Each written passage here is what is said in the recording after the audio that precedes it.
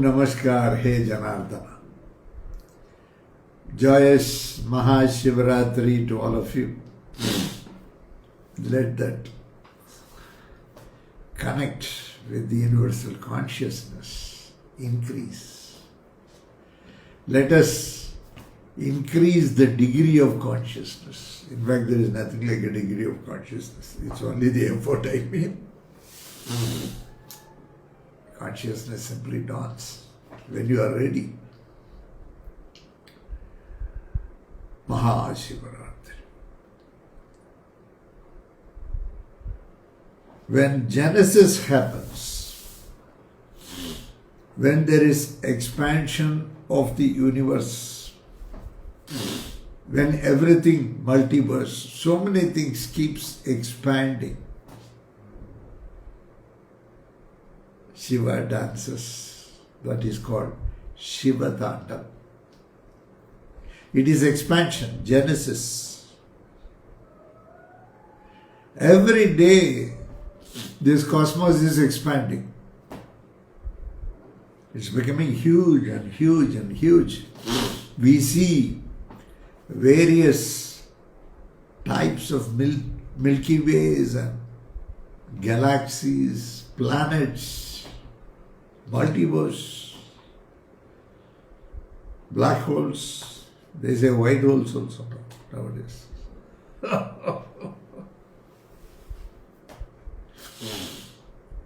So the expansion goes on and it is Shiva Tandav. Here and there some destruction will take place to see that something is substituted in its place. Everybody's life, we live this life. As we live this life, we get aged, old, and finally a day comes, we have to shed this body, go back to Pitraloka, and once again come back here. Okay. So if you have to live here, this is the body. If you have to go to the Pitraloka, there is a Pitru Sharira. As it gets converted from Pretam to Pitru, once the person dies, it is Pretam. Because the soul has left the body. It is Pretam. Okay. It has to get converted into Pitru Sharira. Okay. It undergoes a process. Okay. So, something old was there, where it had flesh, blood, body, and now it has a Pitru Sharira when it goes to Pitraloka. When you come out of the Pitraloka, this is the dress given to you and you are born. When you go back, this dress is removed and you go back. That's all, nothing more.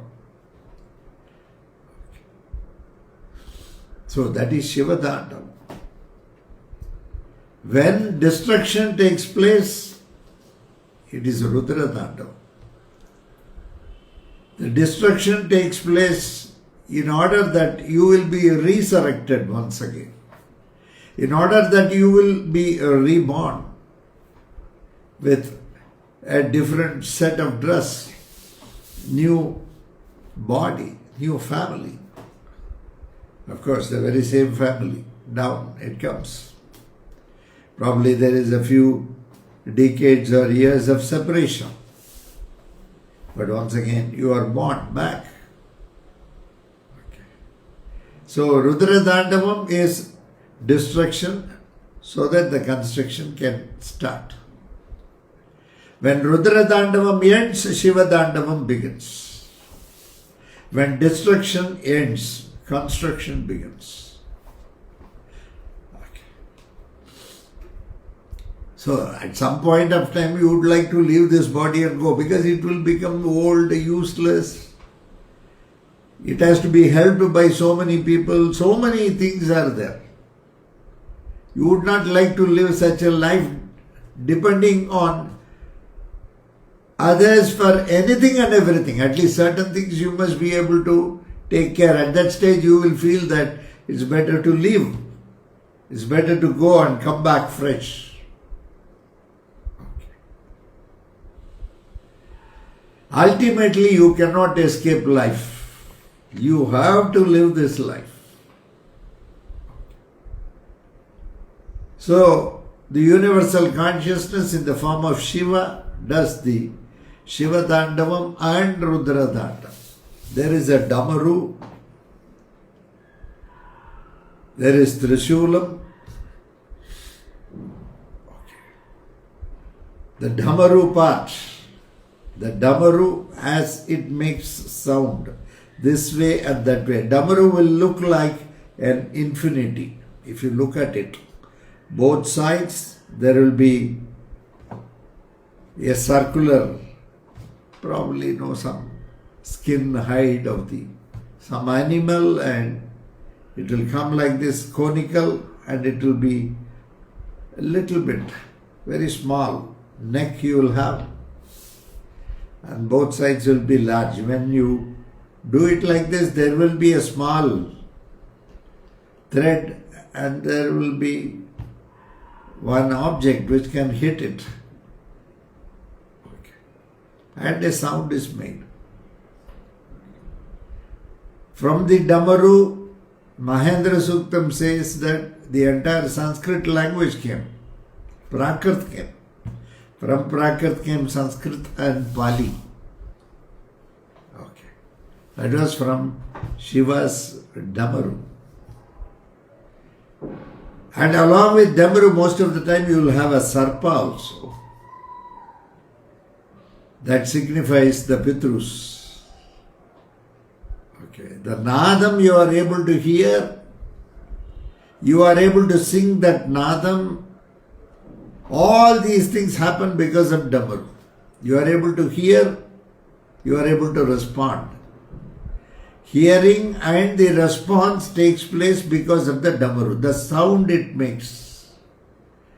From that sound came the omkara, makara, ukara, makara. Aum. That sound came from damaru. That's what Mahendra Suktam says. So, on top, to hear the sound, to reproduce the sound, to understand the cosmic sounds, to live with the sounds, to go through sounds. Sounds will create vibration. To go through all that in life, you need the blessings of the forefathers. We believe that forefathers are more in the form of sarpas, are more in the form of crows, or more in the form of monkeys. Attribute to any animal, we presume that it is our forefather.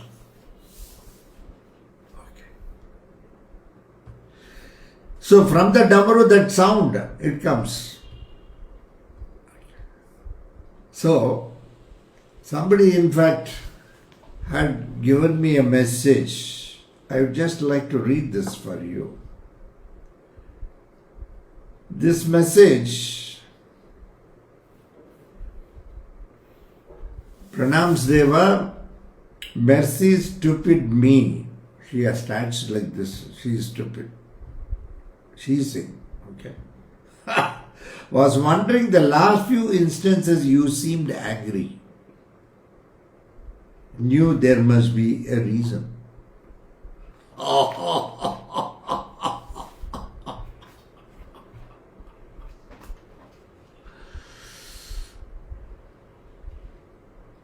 We have no anger at all, madam. We have no anger. If you are having a very disturbed mind and looking at me, you have done something which may be reprimanded by elders in the family or by good people in the family. That fear is running somewhere in the mind, and when you see the master, it looks like he is reprimanding you. It is a reflection of your own thought.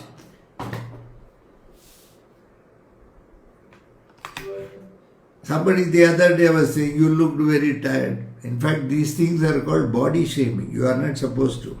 Even with a normal person, you are not supposed to say, you look very tired. You are not chivalrous.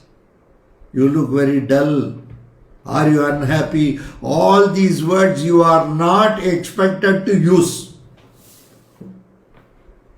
Even if the other person is expecting you, if the person is not well, he himself is supposed to express it to you. You need not ask him. By asking him, you are creating a doubt in his mind.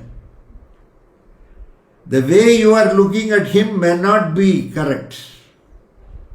The way you are looking at him, you are keeping some ideas in mind and then looking at him. The way you are looking at him, you have kept your environment, the things that have happened in your life at that particular point of time, and then you are looking at him. As a result of which, you see your own emotions in others' face. In fact, asking questions like this is not proper manners or etiquette. This is also body shaming. Don't think that bullying alone, saying that you are obese. We have to make some compromises. The other day, one boy said okay to the girl after talking. The girl said, no, I am not. Okay. Of course, it's a personal choice. You can't live with a person if you don't like him. It was all right. It was liked. Everything was okay. All the horoscopes, they are all not horoscopes. Horror should match. The horror matched. Everything matched. Okay. The boy also asked her to come out. He went there. He said, see, my hair is a transplanted hair. It is not the original. Immediately they said no for this proposal.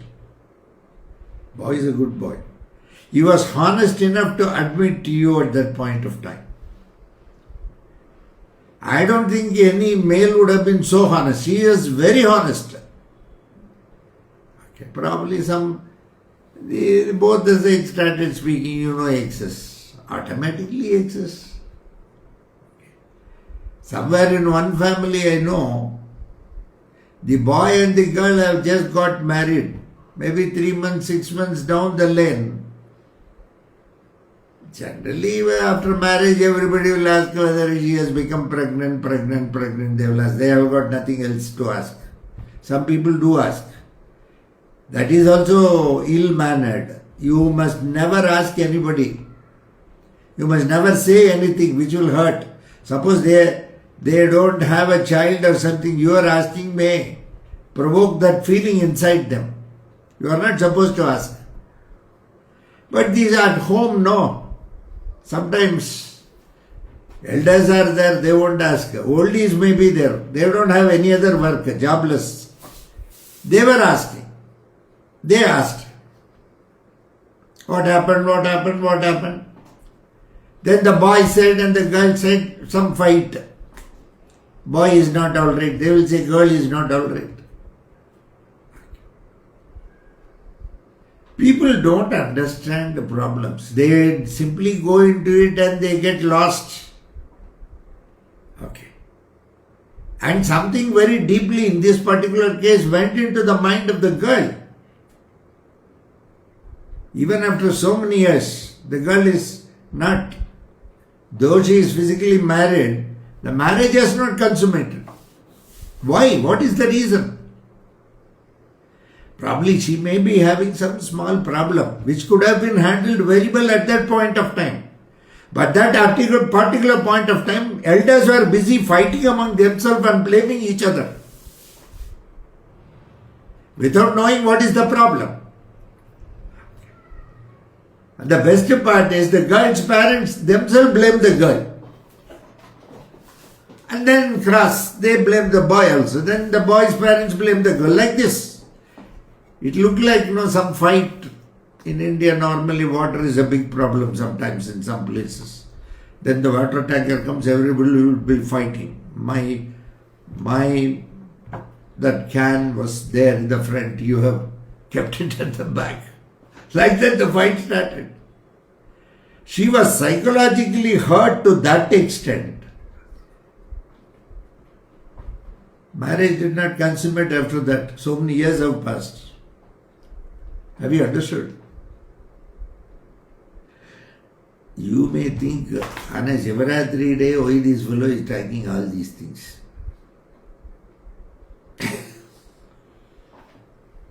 Yes. As Prayogis, we have our own reasons to talk, which you cannot understand. We don't work as per your logic. Our logic is totally different. And it does not conform to any of your basics. Ours is totally different.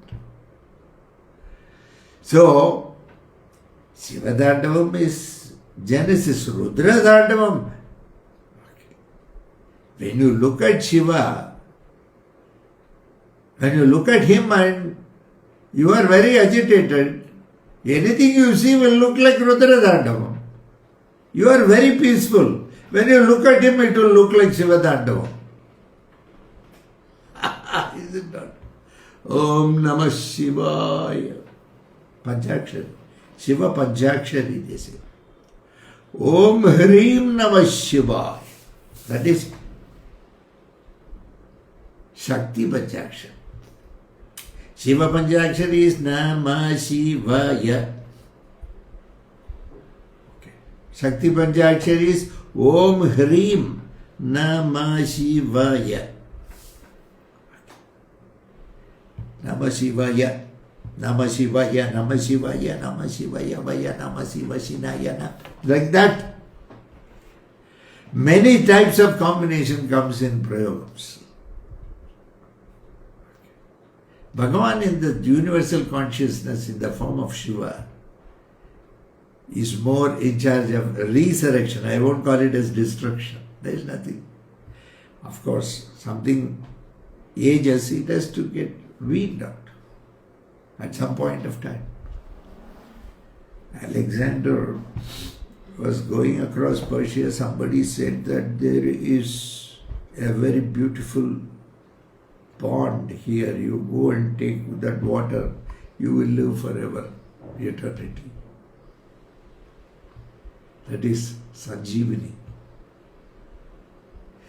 So Alexander went there, he saw a very beautiful pond, he was about to take the water and drink it. Then, O King Alexander, please do not take this water. Alexander said, why should I not? People say that this is elixir. Now I will tell you something about the elixir. Then you can decide whether to have it or not. Then Alexander searched for that person. He saw a small tree. On that one crow was sitting, a very old crow. The crow said, please remember, Alexander, what is my age? Maybe 10, 12, maybe 15. He said, no, I am 2000 years old. I drank this water. As a result of which, what happened? Today, my body has become weak, it has become old, I cannot see also properly. Okay. I want to kill myself. Once I went inside the stream itself, inside, down. I was drowned. After some time, I was on the shore. I got up. Anything I do to kill myself, I am not able to kill myself. Of course, I will be living through to eternity, but unfortunately, I will be old, haggard. I may not have that kind of a good health. If you are living eternity, if you want to live, you should have good health also, no? If you are going to age, then there is no point in living. At the right time, kick the bucket and go. Is it not? So Alexander heard this and said, no, I don't want to commit this mistake. He didn't drink that water. Okay. Shiva is also health. Good health, good wealth. Triambagam yajamahe sugandhim purnivartanam urvarugamiva bhantanan mrityor mokshiyamavratat. Triambag. Triambaga swarupaya amridaya namo namaha.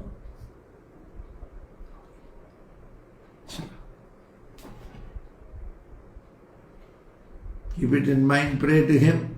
Shivaratri, be joyous. I am not angry against anybody. I have nothing. Even with Virajita, I am not angry. I have to fight, I fight. That's all. Why should I have anger against you? Please introspect yourself if you get such a feeling. Introspect yourself. Don't inspect me. Introspect yourself. Go introspecting yourself.